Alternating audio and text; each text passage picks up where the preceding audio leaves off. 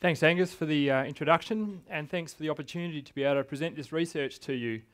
So I'm just presenting this research on behalf of a number of collaborators from TR at UTAS, Plant and Food Research in New Zealand, and I'm not even going to bother with the Victorian department, but used to be DPI Vic. But just a little bit of a project overview and background.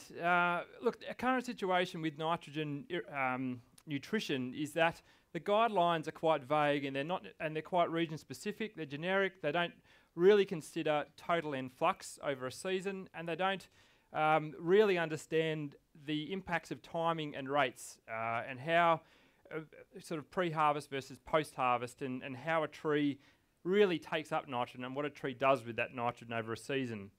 So our aim for this project, and it's a 3-year project funded by PIPS, is to really try and understand and optimise nitrogen nutrition in apple orchards through drip fertigation. The major outcome from this research is eventually to develop protocols for precision fertigation in apple orchards that do really account for tree uptake, for the utilisation of N, for fruit quality parameters, and also then the whole removal aspect of N, so crop removal, leaf removal, decomposition and nutrient flux. So I'm presenting data on the 3rd year of this trial, which will finish off at the end of this year, and then I'll be sort of introducing the next stage of that project as well. But a slight background on the project: we delivered N via some header tanks at the start of the tops of some rows. So we had 4 rows, each row was a rep. We split the block up into each row into 3 blocks. 3 blocks were irrigation blocks. Within those 3 blocks were 5 nitrogen treatments. So we just had I'll just go back one actually. So we just had a firefighting pump that delivered the N at a constant rate and pressure. And then we also installed at the start of the trial flux meters. So they're just drainage lysimeters to capture any of the water and nutrients that are leaching below the root zone. We installed TDR probes for soil moisture to keep track on what's going on through our irrigation treatments. And we installed sap flow sensors to try and understand tree water use. And Ian's going to describe and explain the numbers behind that in the next talk, so I won't go into that too much detail. Our experimental design, and this is what we've been doing each year for 3 years. We do a post-harvest fertigation the year before, so for example in April 2014, because we harvest in late March. We sample for our storage in roots, trunk, branches, for what's going on and how the tree's distributing that N that we put on post-harvest. We do 4 1-weekly pre-harvest fertigation treatments, beginning sort of mid-November and goes through to mid-December. We do monthly leaf end sampling to look at what's happening pre-harvest versus post-harvest. The grower manages the irrigation, and we've tapped into his irrigation lines where we've put a high, low and a medium rate. Our treatments are based on a 60 kilogram nitrogen hectare, so that's double the grower's standard rate. So we have a 100% rate there, and then also a 50% N rate there. Half of that goes on pre-harvest, and the other half of that goes on post-harvest. And like I said, we've been doing this for 3 years straight now. So obviously, when you're working on an apple orchard, you've got to overcome the legacy of a grower's previous fertiliser regime. So it's quite difficult to get good data. Deciduous trees being the trees that they are with their biology, that they recycle a lot of N each year. So it's really the 2nd or 3rd year that we can get reliable data to look at what our treatments or what sort of effect the treatments are having. So what I want to show is leaf N and fruit N. Leaf N over the course of the season, and I want to emphasise this highlighted bit here. So we applied fertigation here. And what we've seen here is, and these are I'm just showing you the pre-harvest treatments that we're analysing. You can see significant differences in leaf N content. Not so surprising, and that continues in January, where I've got a significantly greater leaf N with the 50% pre-harvest.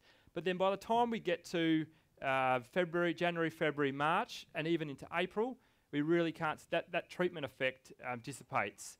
And then I really want you to take a look at this. This is the post-harvest fertigation. that had absolutely no effect on leaf N, and I'll be able to explain why a little bit later. Fruit and harvest, this is really important to notice as well. This is the first year we've finally been able to see an influence of increased fruit N as a consequence of our treatments. It's important to note 60 kilograms a hectare is not a great deal when you look at the literature, and I know a lot of growers in different regions put a lot more than that on, but in our region 30 kilograms post-harvest is what generally goes on, and they do shy away from pre-harvest fertigation. Now, the whole aim of the trial is to look at what is more effective. And look, this is interesting because we can see a significant difference. And the importance of doing just a post-harvest treatment is to look at what's happening the year before. So the hypothesis is that if we do post-harvest treatments and give the trees a lot of N, we're assuming that those trees are going to store a lot more N and then put a lot more N into the next season's growth. But what we're seeing here is that that's not necessarily the case. So look, just a little bit of fruit quality data without getting too carried away. What we did see was a positive and significant correlation with background colour and N rate. So our higher end treatments had a greener, less ripe appearance in their background colour. Look, nothing new from a scientific perspective, but what we did find is that our treatments had a significant effect here, and the pre-harvest treatments in particular. Now, for flesh firmness, we found a similar result with a decreasing flesh firmness with increasing N content in the fruit. Nothing surprising there, but even though we were able to show an increased N in the fruit, we weren't able to have significant treatment effects in this scenario here.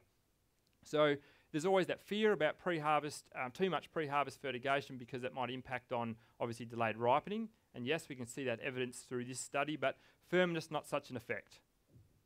I should point out that we actually did 3 indices of fruit colour. So the intensity of the red colour and also the amount of red in the fruit. And all 3 had significant influence from pre-harvest fertigation. So look, just changing track a little bit, through our sap flow sensors, we were able to look at what a tree was doing with its water use. And we've been able to do that for 3 seasons now. And we can look at tree water use per day.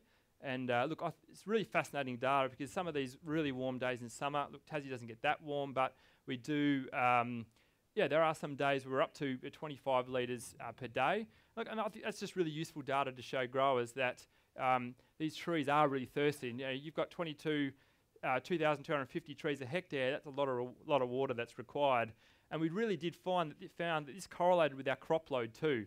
So this, in our 3rd year, this year we had a little bit lower crop load and our water use was less.